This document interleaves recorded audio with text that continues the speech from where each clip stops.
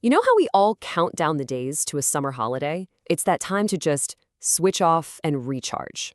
But what if that time off could also be a time to upgrade yourself? That's exactly what we're diving into today. The story of Piotr who turned his family vacation into this incredible season of personal and professional growth. So let's get into how he pulled it off.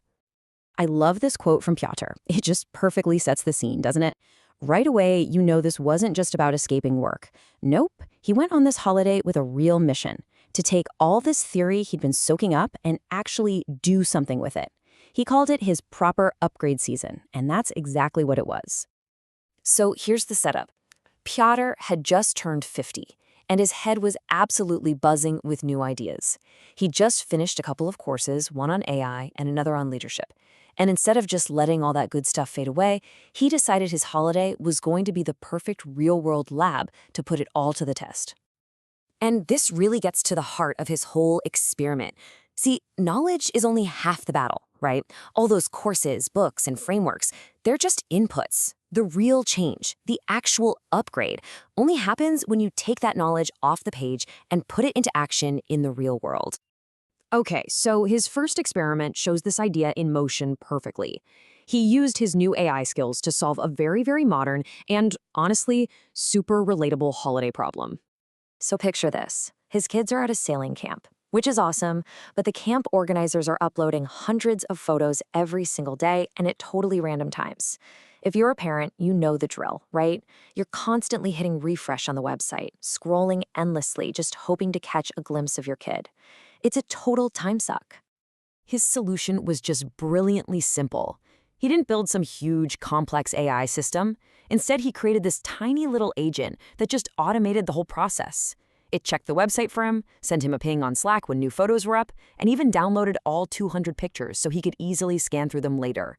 Just like that, he saved a few minutes every day, time he could spend on things that actually matter. And boom, that little AI agent proves his point perfectly.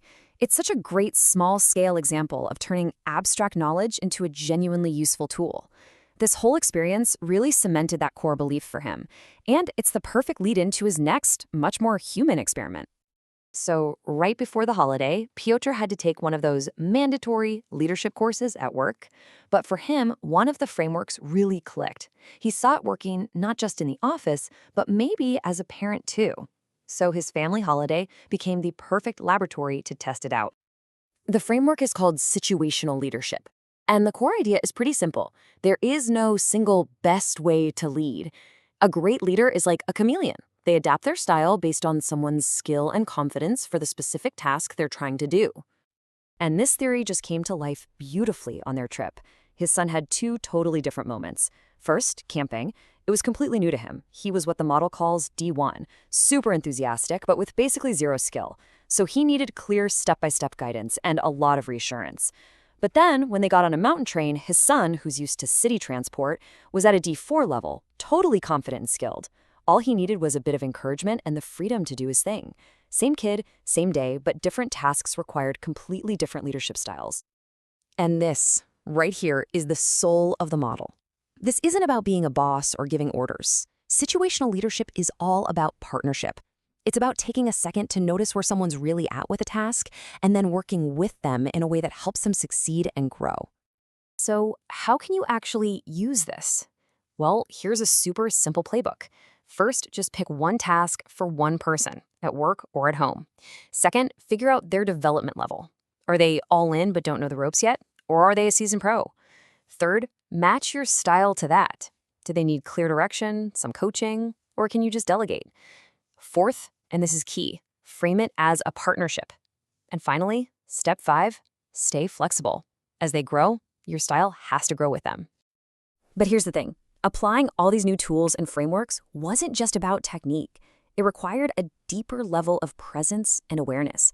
And that led to the biggest, most foundational part of his upgrade, a total shift in his mindset. He realized that the most powerful lesson he'd learned in a long time came from something incredibly simple, a daily practice of gratitude.